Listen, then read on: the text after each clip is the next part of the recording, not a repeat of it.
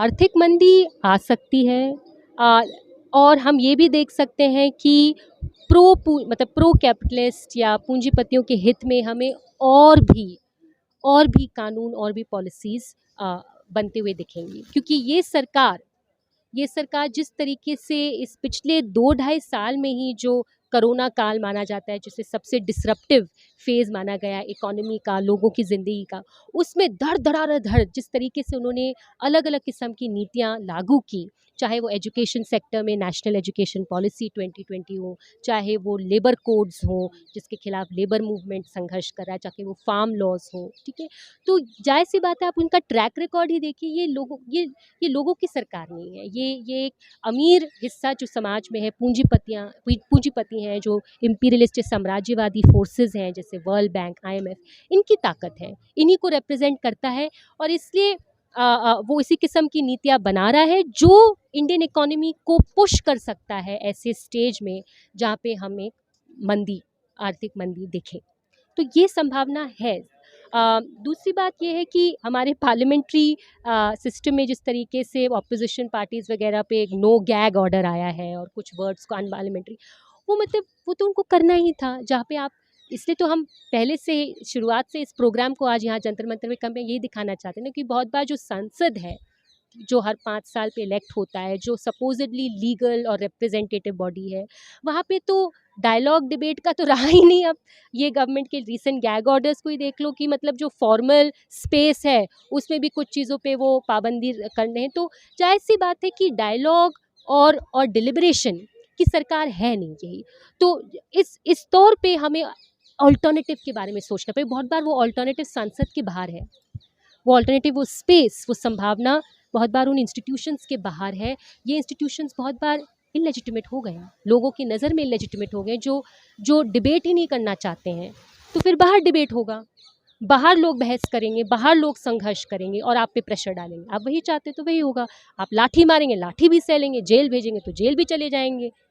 अब लोग तो और क्या करेंगे, अगर कुछ खाने को नहीं है, सिर के ऊपर मतलब आपका छत नहीं, वो आपका मकान तोड़ा जा रहा है, दुकान तोड़ा जा रहा है, आपको नए लेबर कोड्स के तहत अब बोल दिया गया है कि 12-12 घंटे काम करना लीगल है, 8 घंटे छोड़ो, वो तो पुरानी बात हो गई।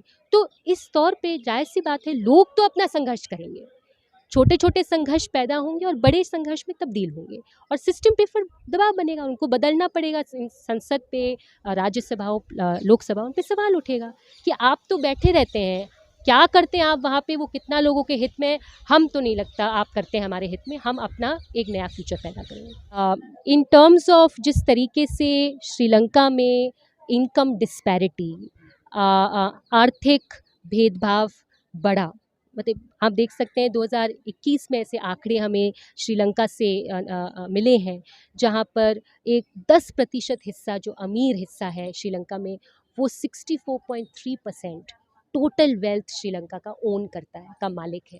और 50% श्रीलंका का जो सबसे नीचे तबका है, 50% पूरे नेशन का वेल्थ का सिर्फ 4% ओन करता है, मालिक है उसका।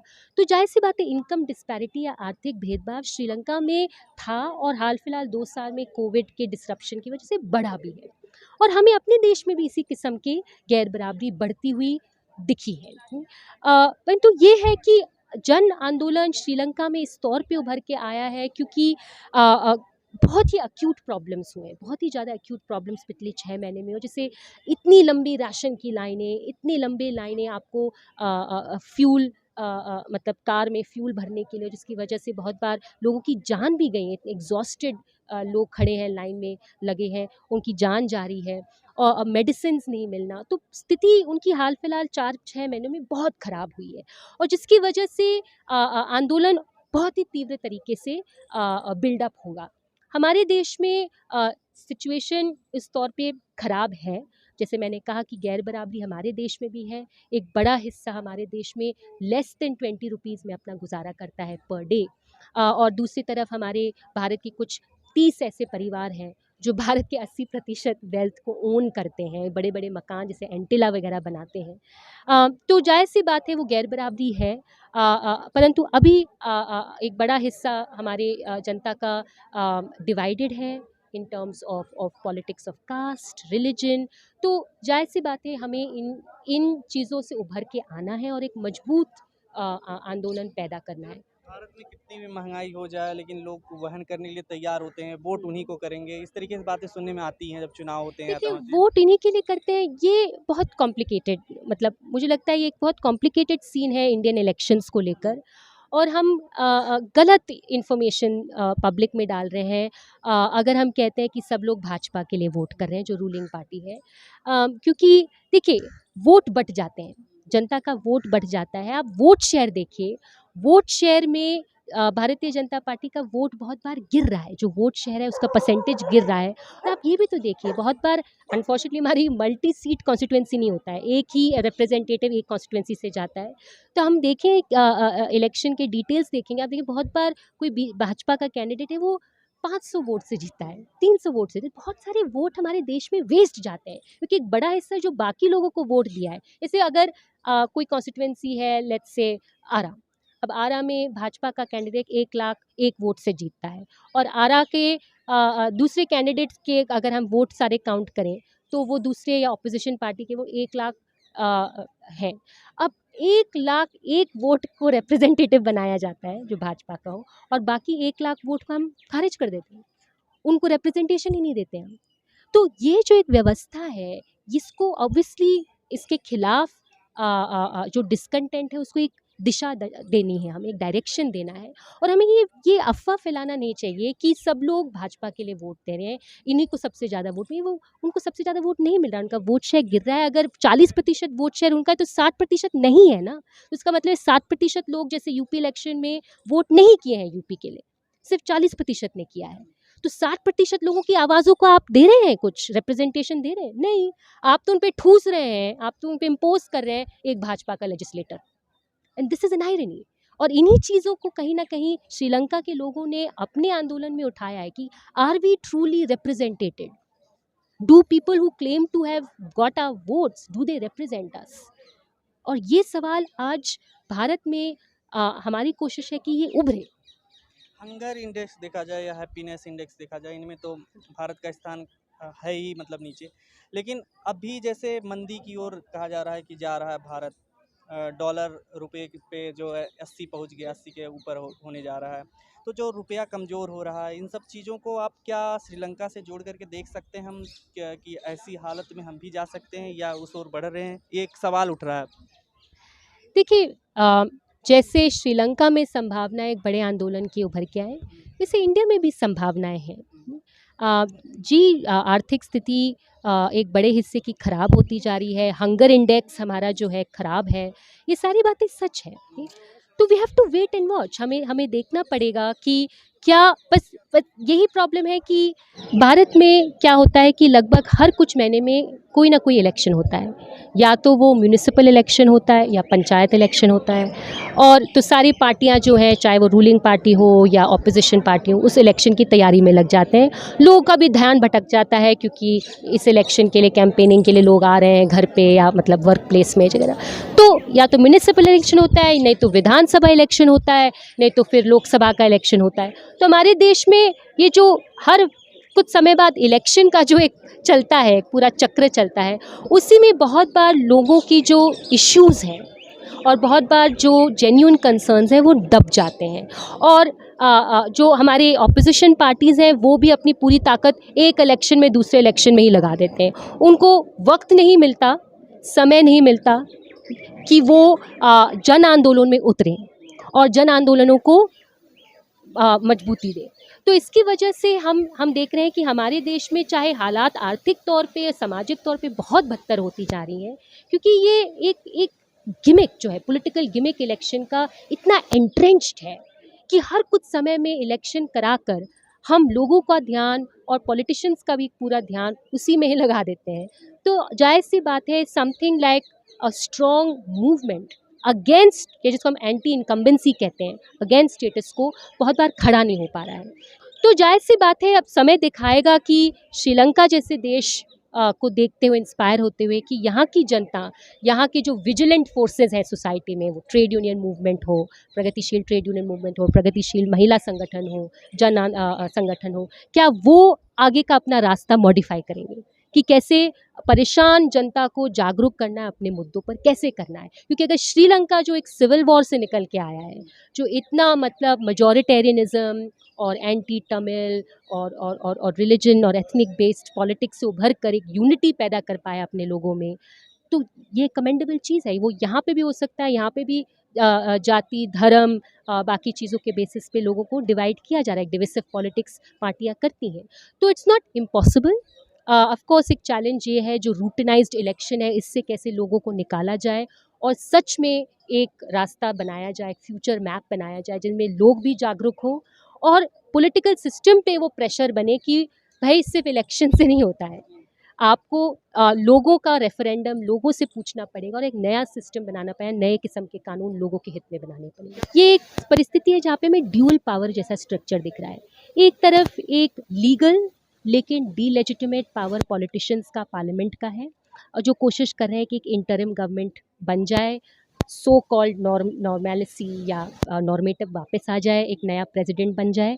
और दूसरी तरफ है लोग जो सड़कों पे बड़ी से बड़ी संख्या में संघर्ष कर रहे हैं और लंबे समय से कर रहे हैं। मतलब कोई छोटी बात नहीं है कि एक ऐसे देश में जहाँ पे ट्रेड यूनियन मूवमेंट एकदम ख़त्म हो गया था 80 के दशक में, वो उभर के आया है। बहुत बड़े बड़े जनरल स्ट्राइक्स हुए हैं 28 अप्रैल को और 6 मई को, और लगातार वर्कर्स और कॉमन लोगों की एक मध्यम वर्ग का एक बड़ा हिस्सा भी मूवमेंट में है। तो इस तरीके से एक तरफ पीपल्स पावर है, पीपल्स वॉइस है, जो पार्लियामेंटेरियन से, जो एग्जिस्टिंग सिस्टम से एकदम उस ट्रस्ट नहीं रहा और वो कुछ नया चाहते हैं। और दूसरी तरफ है आपकी लीगल येट डीलेजिटिमाइज्ड पार्लियामेंट और पॉलिटिशियंस और एक्टिंग प्रेसिडेंट विक्रमसिंघे। तो इनके बीच में जो कॉन्टेस्ट है, इसमें कुछ संभावनाएं निकल के आ रही हैं और इन संभावनाओं को समझना बहुत ज़रूरी है।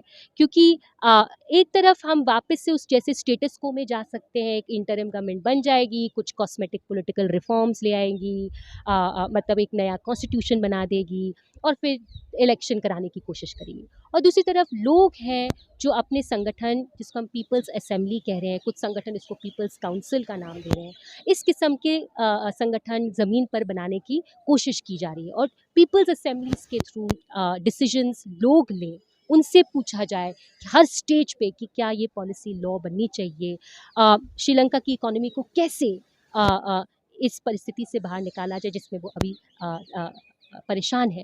तो जाहिर सी बात है इस मोमेंट में हमें पीपल्स पावर और पीपल्स असेंबली की जो संभावना दिख रही है, उसको मजबूत बनाने की ज़रूरत है, उसको कंटिन्यू होना चाहिए मूवमेंट को, रादर देन कमिंग बैक या retreating because new president elect हो जाएगा। तो ये भी हम एक मैसेज सॉलिडारिटी के थ्रू देना चाहते हैं कि आप अपना स्ट्रगल कंटिन्यू कीजिए, क्योंकि 20 जुलाई को जो भी प्रेसिडेंट आता है वो आपसे चुना गया नहीं होगा, वो पार्लियामेंटेरियंस चुनेंगे आपस में कि वो किसको बनाना चाहेंगे, और वो जाहिर सी बात है मोस्ट प्रोबेबिलिटी विक्रमसिंघे बनेंगे। क्योंकि विक्रमसिंघे आईएमएफ के नज़दीक है, इंटरनेशनल मॉनेटरी फंड के नज़दीक है, और अभी ये पूरी कोशिश की जा रही है कि श्रीलंका को बेल आउट पैकेज मिले आईएमएफ से, लोन मिले आईएमएफ से। और इसका मतलब ये होगा कि लोन या इस बेल आउट पैकेज के साथ साथ सरकार को कुछ नए किस्म के कानून लाने पड़ेंगे, जिसको हम ऑस्टेरिटी मेजर्स कहते हैं। तो स्टेट जाहिर सी बात है बहुत सारे सेक्टर से अपना इन्वेस्टमेंट, अपना इन्वॉल्वमेंट कम करेगा और उस तरीके से वापस आईएमएफ को अपना लोन देगा। तो ये एक प्लान है, एक रोड मैप है। तो आप लोन लेकर कुछ खाना, राशन, कुछ इम्पोर्टेंट आइटम जैसे फ्यूल वगैरह श्रीलंका में तुरंत ले आएंगे, परंतु लॉन्ग टर्म ये होगा कि ऑस्टेरिटी मेजर्स के थ्रू आप जो वर्किंग पॉपुलेशन है, कॉमन मासेस हैं, एक्चुअली उनके लिए दिक्कत पैदा होगी कि बाकी चीज़ें ओवरऑल महंगी होती जाएंगी विद स्टेट्स विड्रॉल। तो ये है। और फिर दूसरा रास्ता ये कि लोग अपना संघर्ष कंटिन्यू करें और सिस्टम पे एक बहुत ही मेजर चेक एंड बैलेंस बना के रखें और अपने असेंबलीज़ के थ्रू बार बार नए पॉलिसी पर, बार बार नए किस्म के कानून पर डिलिब्रेशन मांगे। ठीक है, तो ये मतलब ये संभावना है, ये हम मैसेज देना चाहते हैं कि आप अपना मूवमेंट कंटिन्यू करके एक नए स्टेज ऑफ डेमोक्रेसी तक पहुँचें और इस बेल आउट पैकेज या एक नए प्रेसिडेंट के आने से या हाल फिलहाल 3-4 महीने में इलेक्शन होने से मतलब डिस्ट्रैक्ट मत होजिए, क्योंकि वो अल्टीमेटली आपको कुछ चेंज करके नहीं देगा। आपकी इनफैक्ट स्थिति वही की वही रह जाएगी, इफ नॉट वर्स। मूवमेंट के अपने फेजेस होते हैं। शुरुआती फेज़ अर्ली 2022 में क्या हो रहा था कि बहुत बार स्लोगन्स में हमें सुनने को मिलता था, Gotabaya Rajapaksa, go home, go back. तो ये था कि पहले प्राइम मिनिस्टर महिंदा राजपक्षा थे, जो गोडबाया राजपक्षा के भाई थे, वो स्टेप डाउन करें, प्रेसिडेंट गोडबाया राजपक्षा स्टेप डाउन करें। लेकिन बहुत ही जल्दी जैसे जैसे हम मई जून के महीने में आ गए, तो वो स्लोगन्स के साथ साथ ये भी स्लोगन आया कि सारे के सारे पार्लियामेंटेरियंस रिज़ाइन करो, हमें किसी पर भरोसा नहीं है। तो यू कैन सी कि कुछ कुछ पॉलिटिशियंस को करप्ट देखा जा रहा था शुरुआत में, और कुछ समय बाद सबको करप्ट देखा जा रहा है, सब बिके हुए लग रहे हैं, सब पे डिस्ट्रस्ट है। तो ये जो अंडरस्टैंडिंग मूवमेंट की बनी, वो बहुत ही महत्वपूर्ण है। हमें ये दिखाता है कि उनको सिस्टम पे अब भरोसा नहीं रहा है, सिर्फ मामला कुछ पॉलिटिशियंस का नहीं है, कुछ मेन स्ट्रीम प्राइम मिनिस्टर तक बात सीमित नहीं रहे। लोगों को एक नई व्यवस्था चाहिए, एक नया सिचुएशन चाहिए, जिसमें उनको लगता है एक्चुअली श्रीलंकन इकोनॉमी स्टेबलाइज हो पाएगी और अच्छे दिन आ सकते हैं। खबरों में बने रहने के लिए फोरम 4 को सब्सक्राइब करें और नोटिफिकेशन पाने के लिए बेल आइकन दबाएं।